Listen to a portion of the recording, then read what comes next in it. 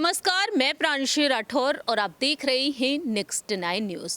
उत्तर प्रदेश की सियासत इन दिनों काफी गरमाई हुई है। न सिर्फ आगामी नगर निकाय चुनाव के चलते, बल्कि साल 2024 में जो लोकसभा चुनाव होंगे उसको लेकर यहां पर सभी पार्टियों ने अपनी कमर कस ली है। क्योंकि देखा जाए तो नगर निकाय चुनाव जो कि लिटमस टेस्ट की तरह माने जा रहे हैं और उन चुनाव की तारीखों का ऐलान अब तक नहीं हुआ है। ऐसे में देखा जाए तो बैठकों का दौर जारी है। समाजवादी पार्टी से लेकर बहुजन समाज पार्टी के साथ साथ अन्य छोटे छोटे दल, वहीं कांग्रेस पार्टी यहां पर टीम का गठन करने में जुटी हुई है। और ऐसे में देखा जाए तो योगी सरकार के नेतृत्व में कई अहम फैसले भी लिए जा रहे हैं। इस रिपोर्ट के जरिए आपको बताना चाहेंगे यूपी के विधान परिषद चुनाव के बारे में, जिनको लेकर हाल ही में डिप्टी सीएम केशव प्रसाद मौर्य के साथ साथ दूसरे डिप्टी सीएम ब्रजेश पाठक ने अपनी बात रखी है। ऐसे में देखा जाए तो यहाँ पर बीजेपी की क्या कुछ रणनीतियां हैं। यहाँ पर कैंडिडेट्स को लेकर बेहद बड़ी खबर सामने आ चुकी है, जो कि सपा और बसपा के लिए किसी झटके से कम नहीं मानी जा सकती है।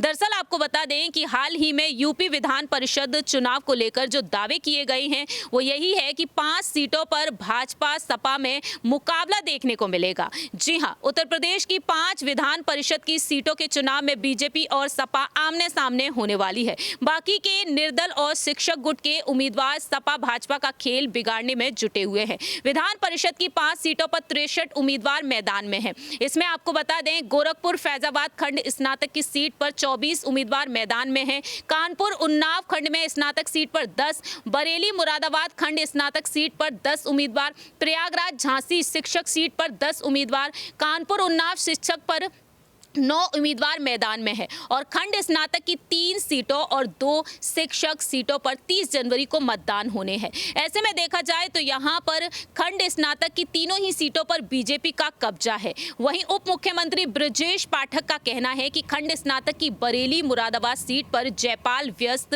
कानपुर उन्नाव सीट पर अरुण पाठक, गोरखपुर फैजाबाद सीट पर देवेंद्र प्रताप सिंह बीजेपी से उम्मीदवार बनाए गए हैं। और ऐसे में देखा जाए तो यहाँ पर झांसी प्रयागराज सीट पर डॉक्टर बाबू लाल तिवारी भाजपा उम्मीदवार बना दिए गए हैं। ऐसे में यहां पर सपा के अवधेश मिश्र का कहना है कि गोरखपुर फैजाबाद सीट पर करुणाकांत मौर्य हैं, मुरादाबाद बरेली सीट पर शिव प्रताप सिंह और कानपुर उन्नाव सीट पर कमलेश यादव सपा के उम्मीदवार हैं। और वहीं दूसरी ही तरफ कानपुर उन्नाव सीट पर प्रियंका को सपा ने उम्मीदवार बना रखा है। तो ऐसे में देखा जाए इन सीटों पर जीत हासिल करने के लिए यहाँ पर सभी पार्टियां मैदान में है। पूर्व केंद्रीय मंत्री डॉक्टर संजय सिंह का कहना है कि विधान परिषद की 5 सीटों पर चुनाव 39 जिले में होने हैं और इन 39 जिले के नाम गोरखपुर, महराजगंज, देवरिया, कुशीनगर, अमेठी, अयोध्या, सुल्तानपुर, अंबेडकर नगर के साथ साथ आजमगढ़, रामपुर, मुरादाबाद, बिजनौर, ऐसे कई नाम हैं। तो अब यहाँ पर यही देखना दिलचस्प होने वाला है, क्योंकि उनका कहना है कि सभी सीटों पर भाजपा की जीत होगी।